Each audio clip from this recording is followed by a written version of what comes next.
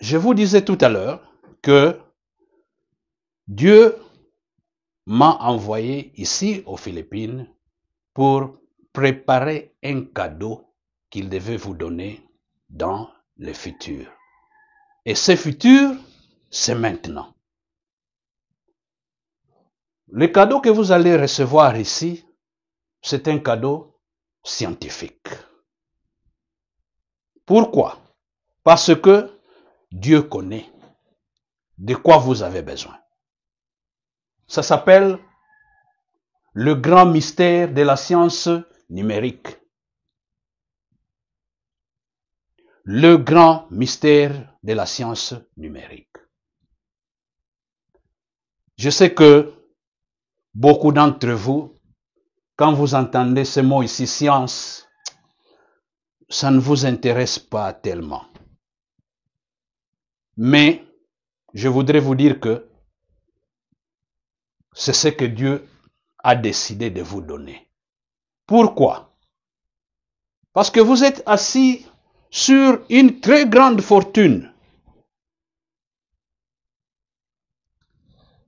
Les colonialistes, ils sont venus. Ils ont trouvé que la terre du Congo était pleine de toutes choses que l'on veut. Au-dessus et en dessous, il y avait tout. Des rivières où l'eau est potable à n'importe quel niveau. Vous pouvez boire. Moi, c'est ce que je connais du Congo.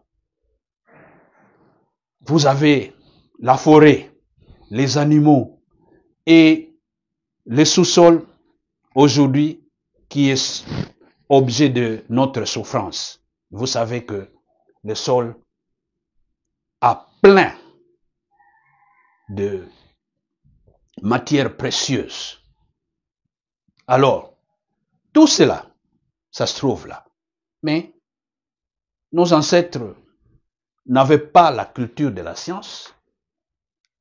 C'est ainsi que ils ne pouvaient pas comprendre qu'ils étaient assis sur la plus grande fortune du monde. Et même nous, bien que nous sommes tous allés à l'école, jusque-là, nous sommes allés dans des écoles pour étudier seulement ce que les Blancs nous ont amené comme connaissance. Alors Dieu a décidé de vous donner la connaissance scientifique qui est capitale pour que vous puissiez sortir de la misère.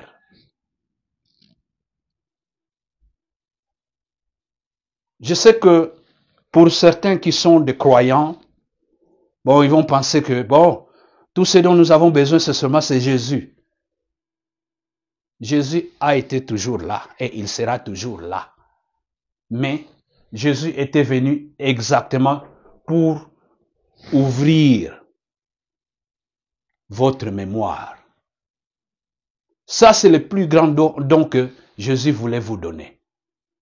Ouvrir vos yeux à comprendre les choses, à comprendre la nature. Parce que Dieu a dit à Adam et Ève, soyez féconds, multipliez-vous et remplissez la terre. Et puis, ayez la domination sur toutes les choses de la création. Alors, vous n'êtes pas justifié d'être pauvre. Votre pauvreté n'est pas vraiment de Dieu. La pauvreté vient de Satan. Ça, c'est ce que vous devez savoir. Dieu nous a bénis. Il nous a donné tout. Mais ce qui nous manque, c'est la connaissance. Voilà pourquoi je viens vous apporter la connaissance en tant qu'ange de Dieu. Donc, ce que je suis en train de vous dire ici, ça ne vient pas d'un homme qu'on appelle Lutia. Parce que c'est ça mon nom. Lutia, non. Ça vient de Dieu.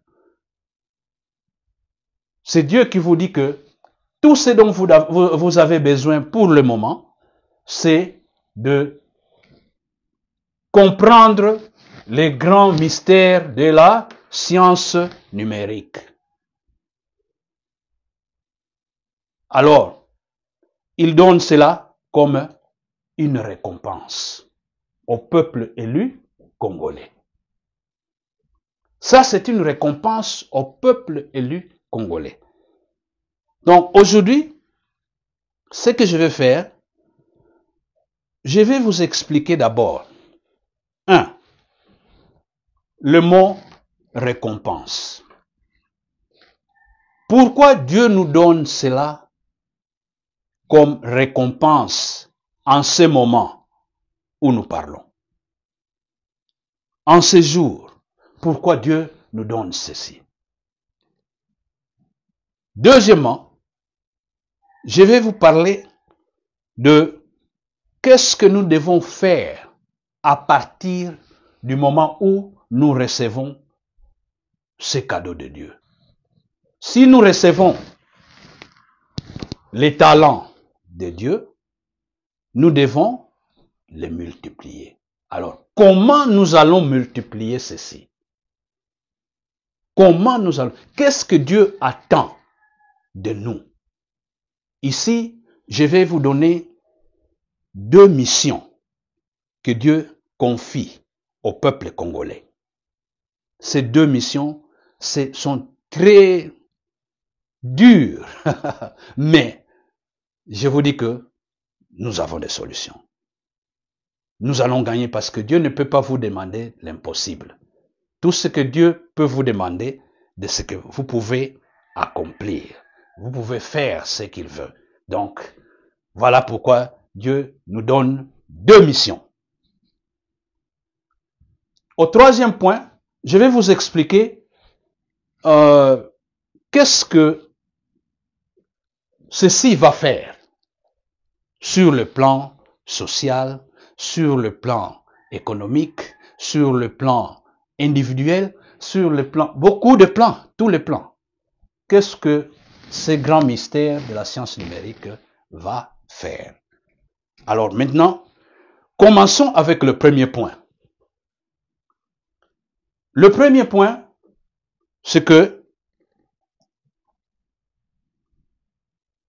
nous voulons savoir la raison pour laquelle le peuple congolais, le peuple élu congolais mérite une récompense divine.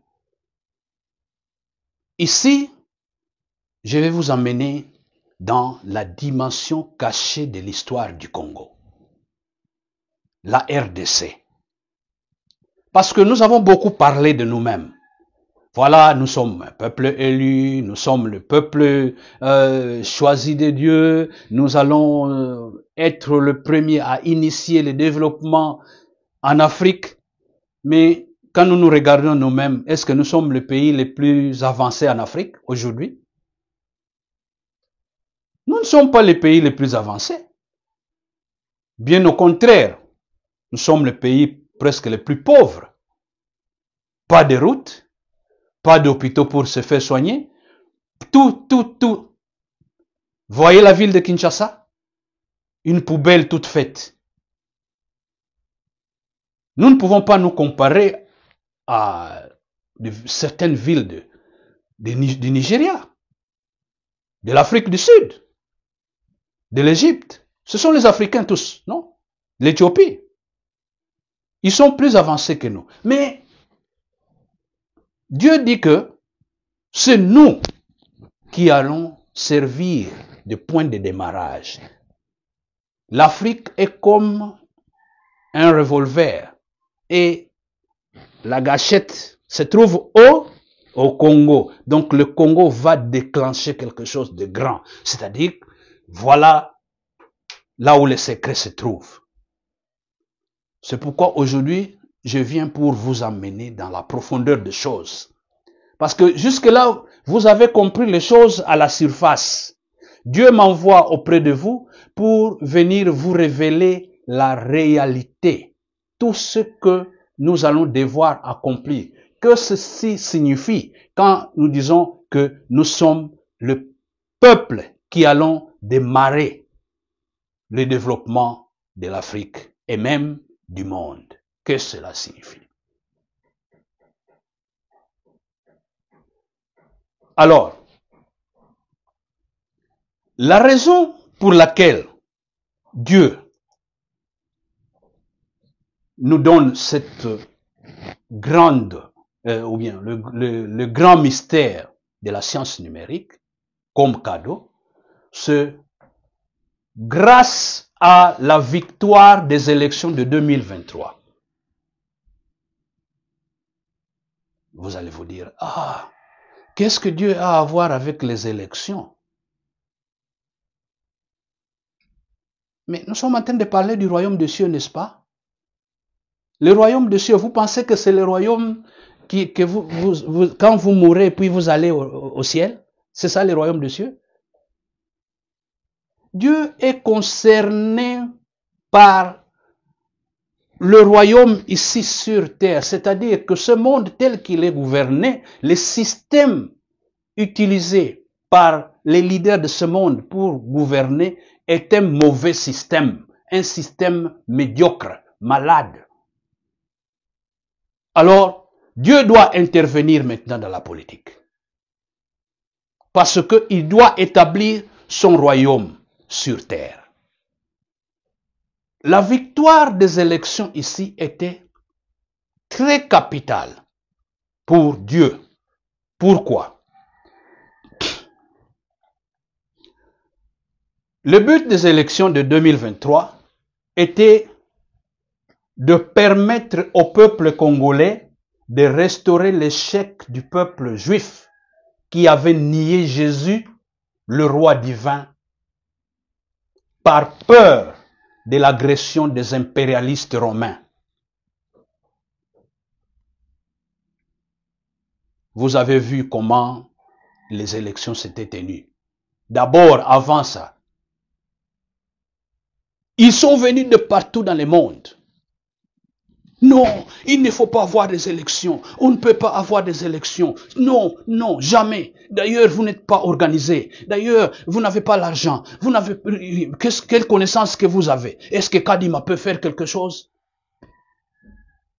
Ça doit vous dire quelque chose. Ça doit vous interpeller. Le diable est venu pour empêcher ces élections. Il va aller jusqu'au point de nous choisir les candidats de l'étranger. L'étranger, c'est lui-même, le diable. Et il a choisi non pas un seul candidat, il a choisi plusieurs candidats. Plusieurs candidats contre un candidat de Dieu, le président Fachi. Bandeko ezali sekite, hein? Soki bino bokanisi que bon, élection kaka, oh bon, c'est une lutte entre, une lutte pour les minéraux, une lutte, non, ce n'est pas ça. Les minéraux ne sont que un prétexte utilisé par Satan. C'est Satan qui est entré. Il voulait empêcher les élections. Pourquoi? Parce qu'il savait que Dieu avait un secret, une dimension cachée derrière les élections ici. La dimension cachée de l'histoire des élections. La restauration de l'échec du peuple juif qui se trouvait dans la même situation que le Congo, le peuple congolais. Le peuple juif, pour ceux qui ne savent pas, vous devez comprendre que le peuple juif était sous la domination des impérialistes romains à l'époque. Quand Jésus était venu, Israël n'avait pas de roi à lui. Tous les rois qui étaient passés, comme Saül, David, Salomon et tous les autres qui ont suivi, eh bien, tous ces rois n'étaient pas des rois dignes de Dieu, en réalité. Parce qu'ils ont tous commis des erreurs graves Ce qui fait que Dieu les a même lâchés pour aller en captivité à Babylone, à Rome. Ils vont être pris en otage plusieurs fois. Et leurs rois seront ridiculisés par les attaquants, les assaillants. Voilà ce qui a fait que quand Jésus est venu, il est venu à l'époque où Israël était sous contrôle de l'Empire romain, c'est-à-dire les impérialistes. Le Congo, sous contrôle de qui? Des impérialistes américains, français, donc les Européens en général, et les autres, dominant les Congos, contrôlant les Congos. C'est la même situation.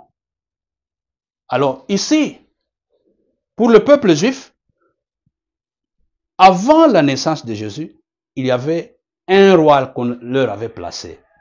Ce roi, c'était Hérode.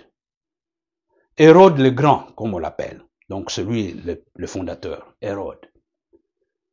Hérode était quelqu'un de nationalité douteuse.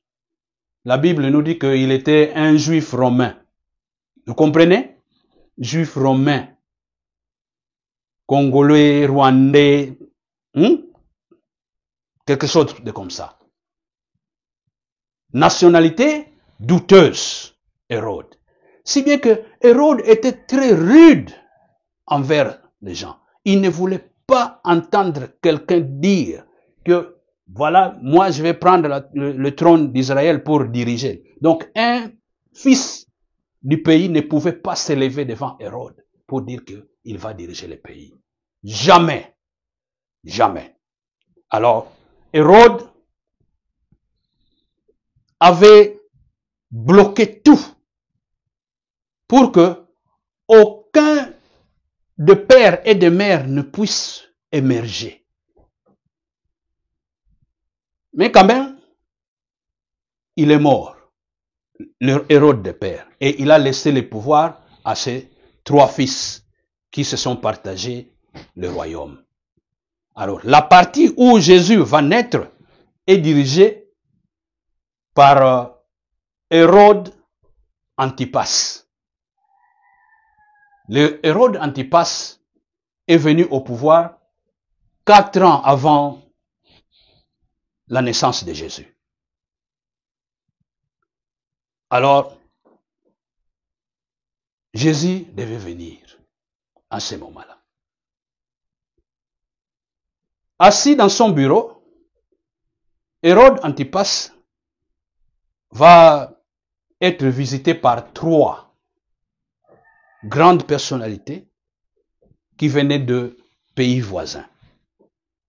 Et ces grandes personnalités qu'on appelle les mages. Les 3 mages sont venus.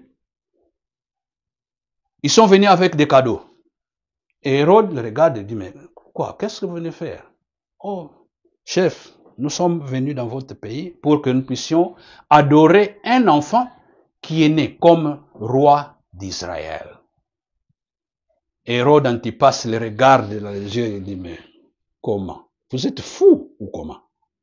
Bon, il n'a pas dit ces mots, mais avec ce qui va suivre, vous comprenez que il doit avoir dit cela. Il dit, avec toute gentillesse, bon, comme ce sont des étrangers, je vais essayer d'être quand même un peu souple. Et il dit aux autres, allez-y, cherchez l'enfant, faites tout ce que vous pouvez faire, mais au retour, passez par chez moi pour que moi aussi je connaisse où il se trouve et que j'aille aussi l'adorer. Mais Dieu connaissant le cœur d'Hérode, il a dévié les mages sur leur chemin du retour. Alors, ils sont partis chez eux sans passer par Hérode. Hérode a attendu Une semaine passée, un mois passé, 3 mois passés, il est devenu impatient. Alors, il a pris la situation entre ses mains. Il dit, il faut que je vois clair sur ce point. Il a essayé, mais de lui-même, il ne pouvait pas réussir. Alors, il dit, ok, l'idée est venue. Tuez-moi tous les enfants de 2 ans en bas.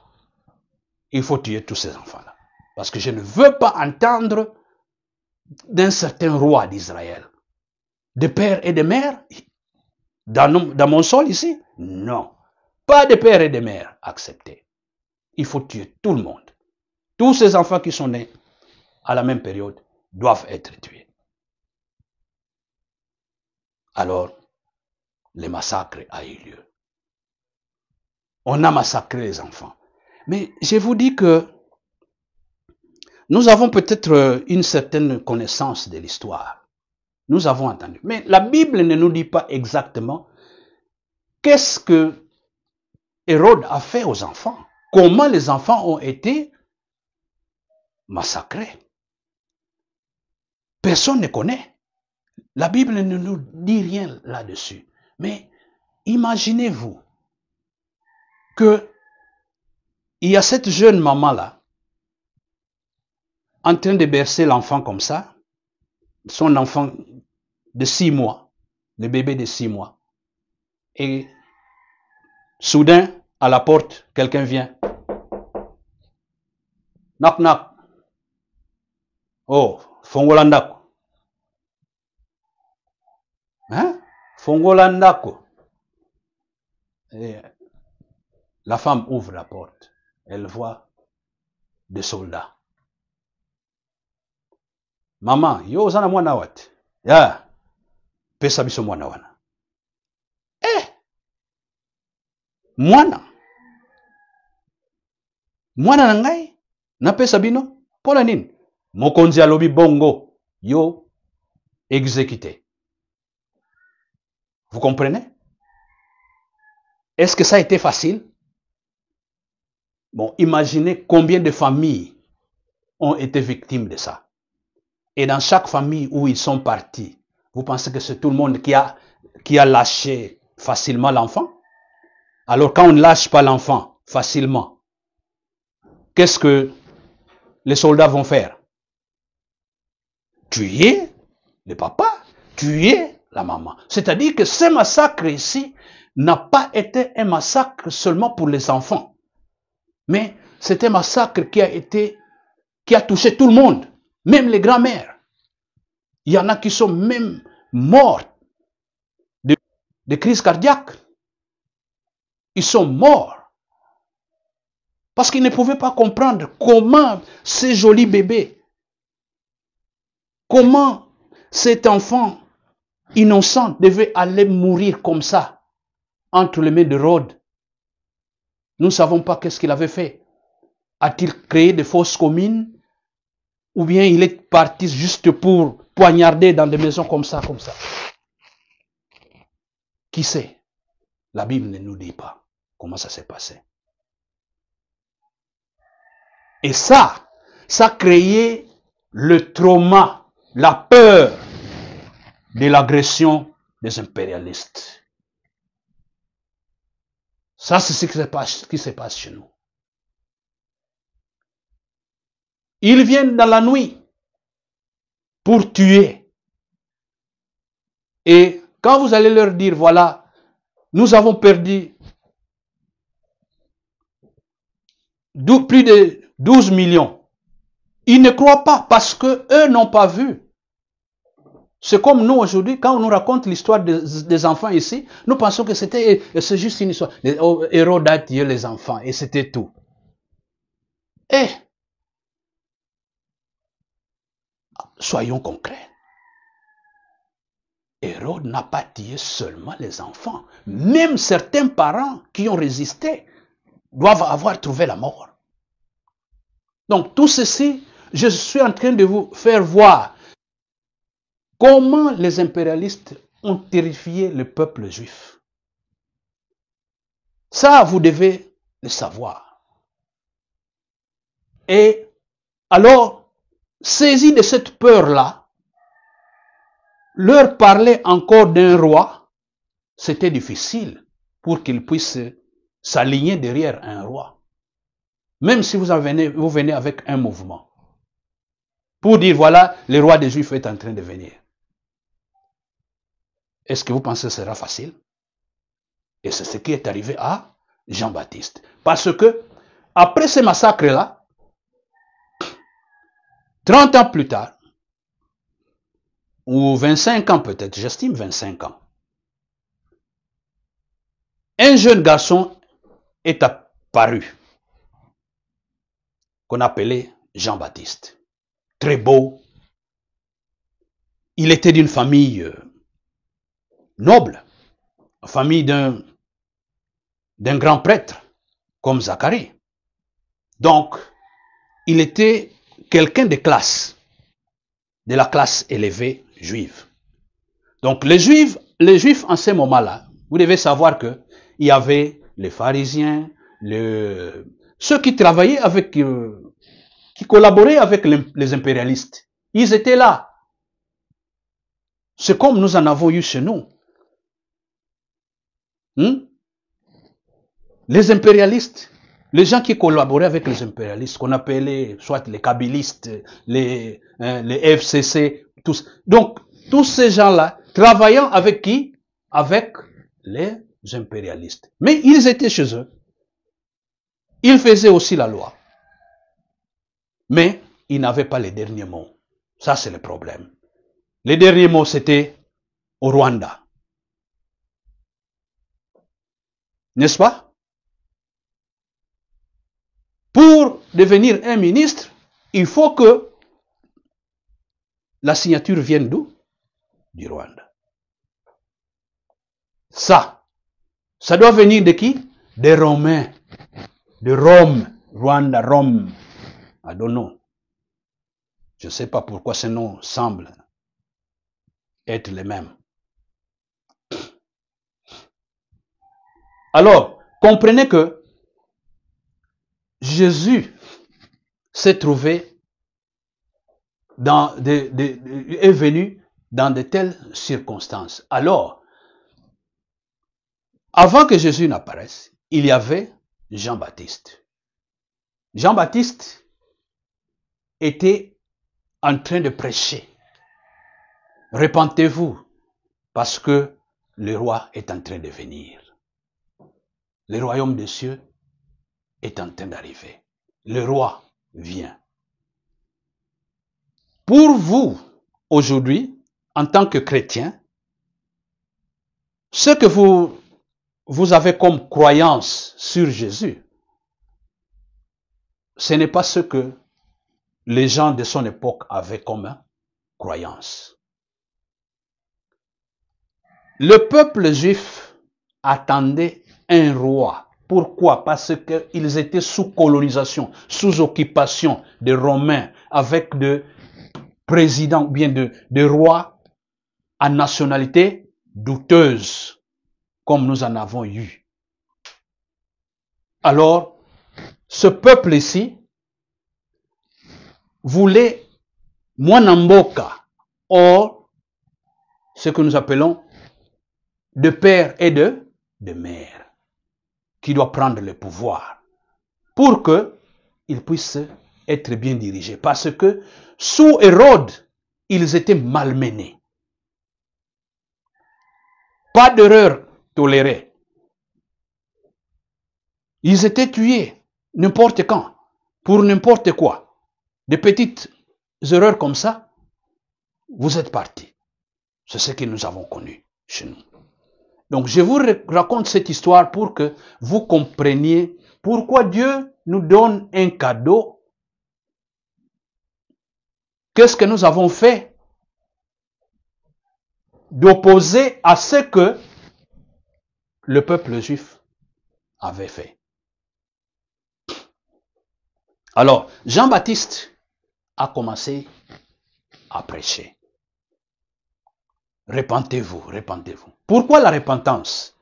La repentance était là pour que les gens puissent se purifier, que les gens, parce qu'ils croyaient, en tant qu'un peuple religieux, ils croyaient que Dieu les avait abandonnés. Parce que être dominé par des étrangers, c'est une malédiction. Donc, être sous la domination de l'étranger, c'était une malédiction pour le peuple juif. C'est ainsi qu'ils voulaient se débarrasser de ce gouvernement-là de l'étranger. Ils voulaient que Dieu leur donne un roi à eux, à l'image de David. C'est pourquoi Jésus est appelé fils de David. Est-ce que vous comprenez? Le peuple d'Israël n'avait pas tellement cette notion-là du Messie que vous avez aujourd'hui. Vous savez, oh, le Messie, c'est celui qui enlève les péchés du monde, tout ça. Non. Pour eux, ils attendaient un roi qui va les délivrer de l'occupation romaine, de la colonisation romaine. C'est ça qu'ils voulaient. Alors, cette fois-là, Dieu ne voulait pas leur donner n'importe qui. Il voulait leur donner un roi qui est l'incarnation de la loi. Jésus, c'est l'incarnation de la loi. C'est l'incarnation de principes, l'incarnation de la parole. Est-ce que vous comprenez? C'est ça. Il faut savoir que les Israélites ou le peuple juif à cette époque-là, ils avaient besoin d'un roi. Un roi est comme tous les rois que nous avons ici, en tant que personne. Mais cette fois-là, Dieu va leur donner un roi qui sera réellement un roi qui va établir un nouveau monde. Le monde idéal, où il n'y a pas de tuerie, où il n'y a pas de haine, où il n'y a pas de peine, où tout est bien, où il n'y a pas de famine. C'est le monde idéal qu'il devait établir, ce roi-là. Alors Jean-Baptiste a commencé à prêcher. Le peuple l'a accueilli. Le peuple l'a embrassé. Mais, dans les yeux, ou bien sous l'œil de l'empereur, ou de l'œil du roi Hérode, c'était un crime abominable. Vous savez que il venait de tuer des enfants. Il a massacré les enfants à cause de ce nom-là, roi des Juifs. Maintenant, Jean-Baptiste vient en tant que personne qui doit préparer la voie pour le roi des Juifs. Ça, c'était une provocation. La Bible nous dit que Hérode voulait arrêter Jean-Baptiste parce que Jean-Baptiste était devenu populaire et tout le monde allait chez lui pour se faire baptiser, écouter la parole. Donc, il se répandait là-bas et tout ce qu'il faisait là-bas, pour Hérode, c'était une violation de la loi romaine, de la loi des impérialistes. Il ne voulait pas voir ça. Alors, il cherchait un moyen pour le stopper. Si bien qu'un jour, il va créer une stratégie là. Jean-Baptiste, ne sachant pas que c'était un piège qui lui était tendu, il est parti pour aller juger l'affaire d'amour dans la famille royale.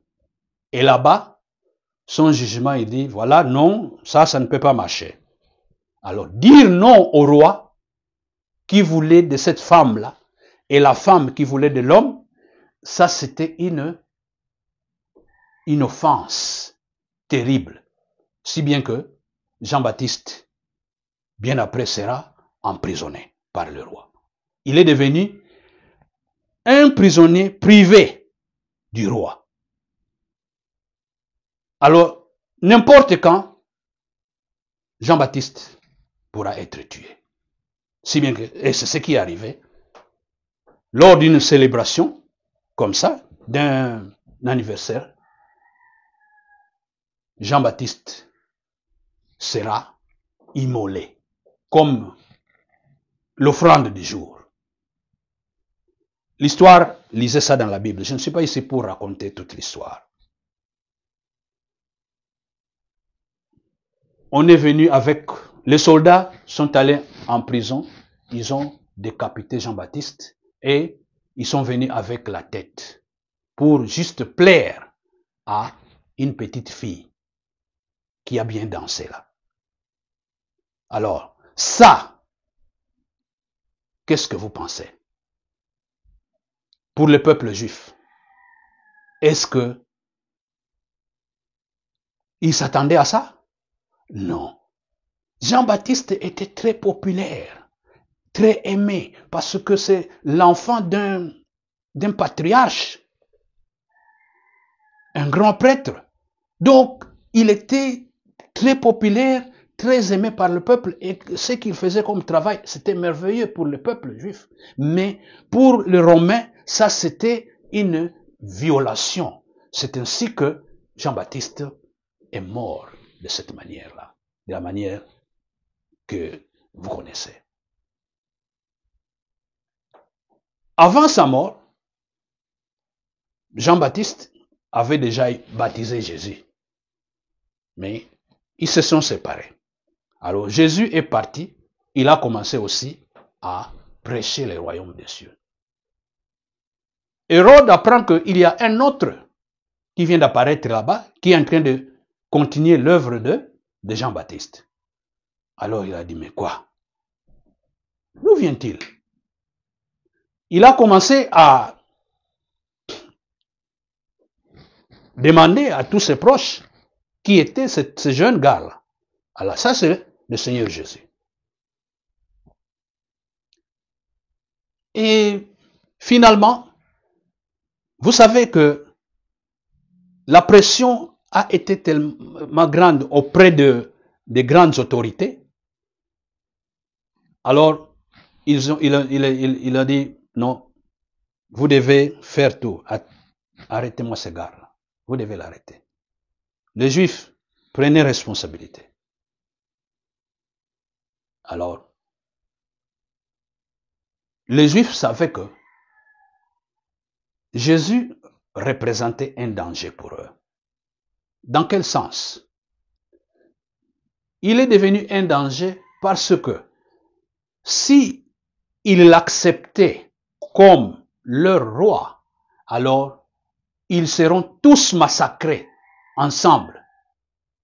Quiconque s'unira à Jésus sera tué comme les enfants, comme les bébés ont été tués, comme Jean-Baptiste a été tué.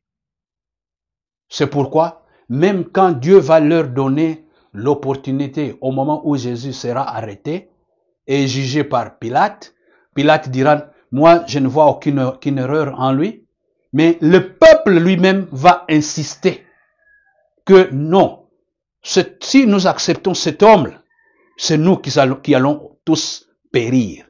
Vous savez, vous voyez là où le problème était? Accepter Jésus comme leur roi allait emmener à leur massacre. Alors, ils ne voulaient pas être victimes à cause d'un certain gars qu'ils ne connaissaient pas tellement. Jésus n'était pas tellement connu. Il s'est proclamé, mais personne ne le reconnaissait.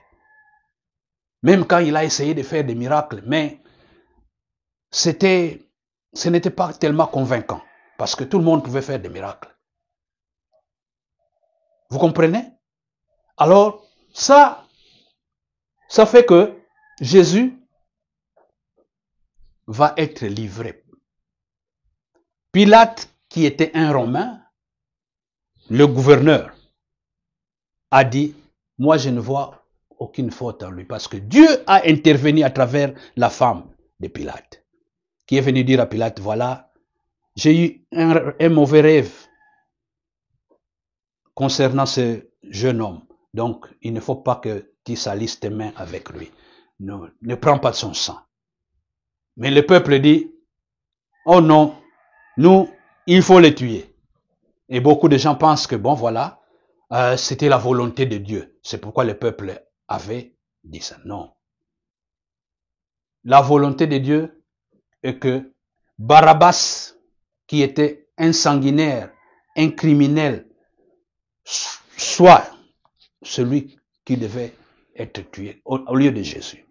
Ça, c'était la volonté de Dieu.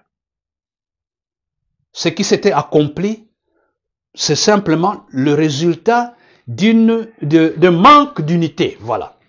Où j'ai mal. Manque d'unité. Ils avaient nié Jésus. Alors que Dieu voulait qu'ils prennent courage devant Pilate pour dire oui, c'est lui notre roi. Nous voulons être avec lui. Dieu voulait ce courage-là. Mais les gens n'avaient pas compris. C'est bien que Jésus sera tué. Jésus va mourir. Et avant cela, eux-mêmes vont dire que son sang tombe sur nous et nos descendants. Je sais que beaucoup de chrétiens qui m'écoutent vont dire, voilà, ils ont le sang de Jésus, mais c'est le salut. Non. Vous êtes un avocat du diable. Permettez-moi de vous le dire. Vous êtes un avocat du diable. Le sang de Jésus, qui voulait du sang de Jésus? C'est Satan. Tuer Jésus, c'était l'œuvre de Satan. Dieu a envoyé Jésus pour devenir le roi qui devait changer ce monde. Pas pour mourir comme ça, misérablement, comme il est mort. Changez votre concept. Si c'est comme cela qu'on vous a enseigné, eh bien, vous savez que Satan est entré même dans la Bible.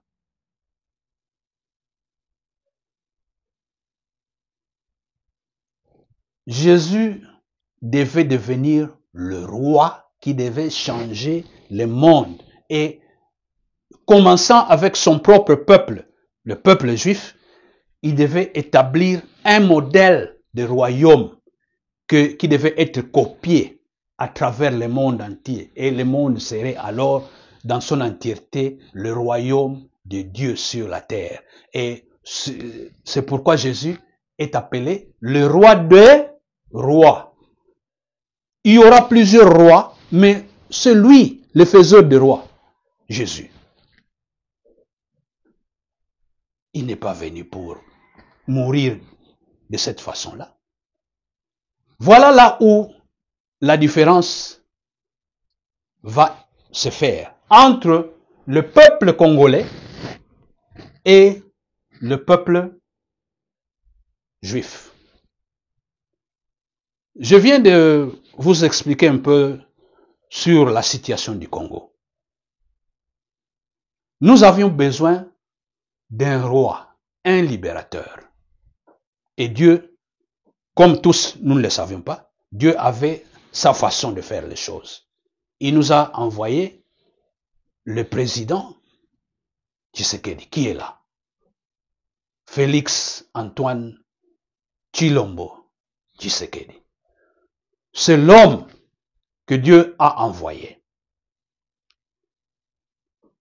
Mais quand même, malgré que nous n'avions pas d'idée claire sur lui, à travers les élections passées, nous avons confirmé à Dieu que nous aimons cet homme, c'est l'homme de Dieu, c'est lui qui nous donne l'espoir, celui qui peut changer les choses avec nous. Donc, nous votons pour lui. Et c'est massivement, on a voté pour lui. 73,40, je ne sais pas combien, %. OK? Donc, ce vote-là était le vote d'unité entre le roi divin et son peuple. Maintenant, vous allez me demander peut-être, bon, est-ce que Fachi, il est vraiment égal à Jésus? Cette question, bien, vous pouvez bien la poser. Mais, une chose que je voudrais vous dire, hein, Dieu n'a pas de limites. Les limites, ce sont les hommes. Parce que quand vous allez trouver, voilà, c'est ici où il faut avoir une bonne vie, vous serez toujours là-bas, là-bas, là-bas, là-bas. Mais Dieu a plusieurs options. Et c'est ce que d'ailleurs que je vais vous enseigner. Il y a cette notion qu'on appelle la relativité. C'est-à-dire, Dieu a plusieurs options. Dieu a plusieurs possibilités. C'est pourquoi Jésus disait, Jérusalem, Jérusalem, vous qui persécutez les prophètes, le royaume de cieux vous sera arraché et donné à un autre peuple qui en produira le fruit. C'est-à-dire, Dieu n'est pas limité par Israël. Il peut trouver un autre peuple. Dieu n'est pas limité par Jésus. Il peut trouver une autre personne qui doit jouer ce rôle-là. Mais, je voudrais vous dire que Jésus sera Jésus toujours. Et Fachi sera Fachi tel qu'il est. La seule chose, c'est que le rôle que le peuple juif avait à l'époque a été transféré au peuple congolais. Alors le peuple congolais, c'est lui qui doit jouer le rôle du peuple juif. Si bien que pour réaliser tout cela, il fallait quelqu'un. Et c'est ainsi que nous avons dû restaurer, où c'était? Restaurer l'échec du peuple juif en nous unissant avec l'envoyé de Dieu. L'envoyé de Dieu. Donc, ne vous limitez pas. Parce que quand vous vous accrochez à Jésus, Jésus a dit, il reviendra comme un voleur. Un voleur peut porter des masques. Vous vous attendez un Jésus là qui a de la barbe, mais Dieu peut vous donner un Jésus qui est calvo. Covo. Calvo. Covo. Avec 100 cheveux. Vous attendez peut-être un gars là très beau. Non. Dieu ne pense pas en termes de ça. Dieu voit la mission. La mission. Donc, c'est pourquoi, voilà la situation. Et vous devez comprendre que nous avons gagné la victoire à travers les élections. Et alors, l'unité du peuple juif avec Jésus-Christ était synonyme de la séparation d'avec Satan, l'impérialiste, mettant fin au règne de Satan sur la terre. Vous comprenez? Dieu veut changer ce monde.